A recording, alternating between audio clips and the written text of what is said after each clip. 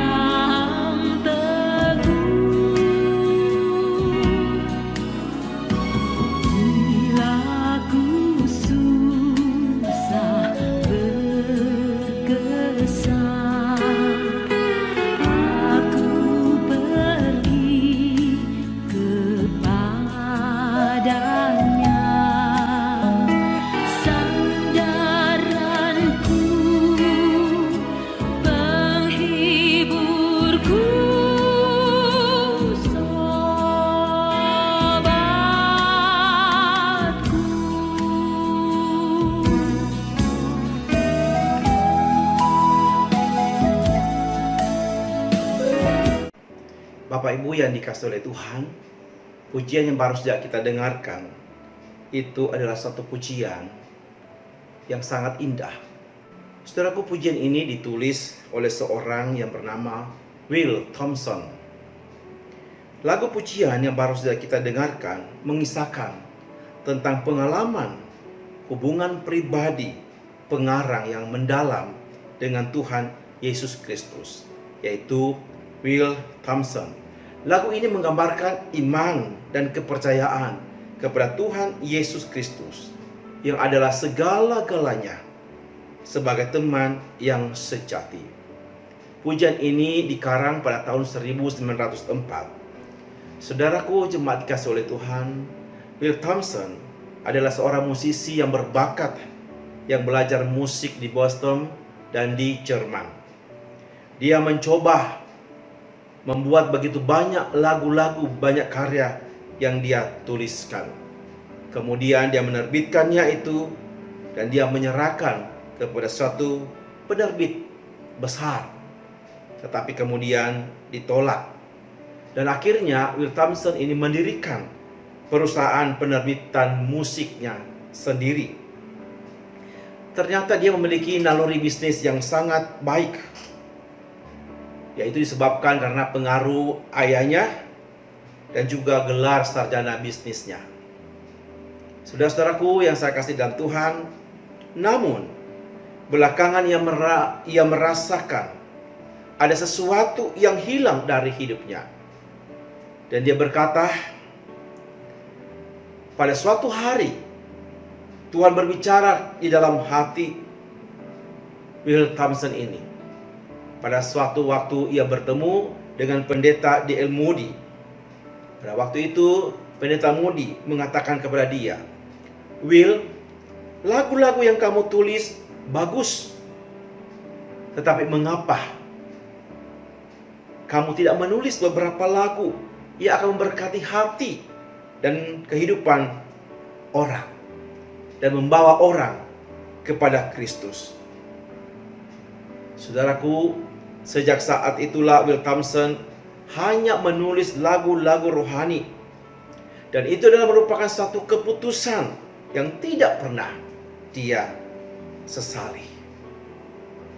Pujian yang ditulis tadi, Yesus adalah segala-galanya.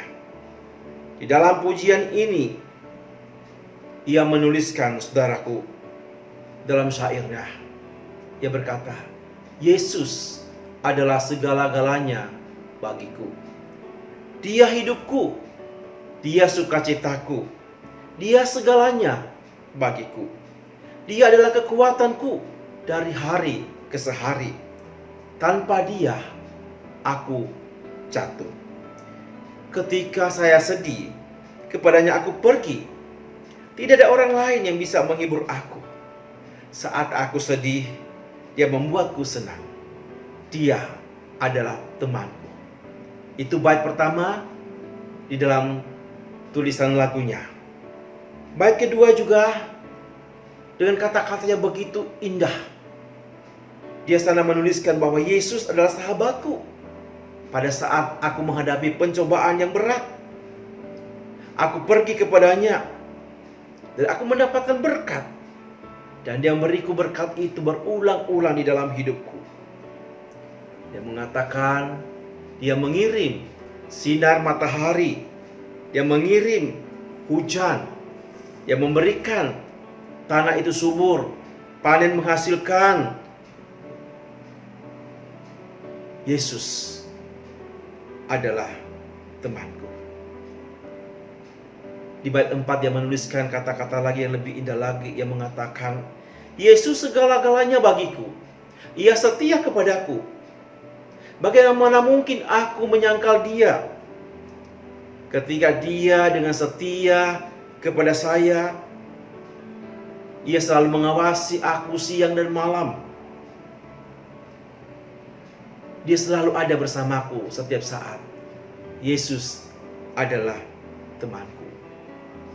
Dan di bait yang keempat, dia menuliskan perkataan seperti ini. Yesus adalah segala-galanya bagiku. Aku tidak menginginkan teman yang lain yang lebih baik selain daripada Yesus Kristus. Saya percaya kepadanya sekarang. Saya akan mempercayainya ketika hari-hari hidupku semakin singkat dan itu akan berakhir. Aku tetap percaya kepadanya karena dia adalah sahabatku. Bersama dengan dia, hidupku menjadi indah. Setiap hari, setiap waktu aku jalani dengan begitu indah. Hidup kekal, sukacita abadi di dalam Yesus Kristus. Dia adalah temanku. Saudaraku yang saya kasih di dalam Tuhan, orang yang sudah sungguh-sungguh menjadikan Yesus segala-galanya, maka bagi dia seluruh hidup dia adalah Yesus. Yesuslah segala-galanya. Seperti dari firman Tuhan juga mengatakan kepada kita, waktu Rasul Paulus sudah mengenal Kristus menjadi segala-galanya dalam hidupnya, maka hidup dia bukan lagi untuk dirinya sendiri, tapi hidup dia adalah untuk Kristus. Bagaimanakah dengan saudara dan saya hari ini? Sudahkah menjadikan Yesus segala-galanya di dalam hidupmu? Sehingga dalam keadaan apapun saudaraku, engkau tak merasakan akan berkatnya, penyertaannya di dalam hidup setiap kita. Kiranya Tuhan akan menolong kita dan memberkati kita.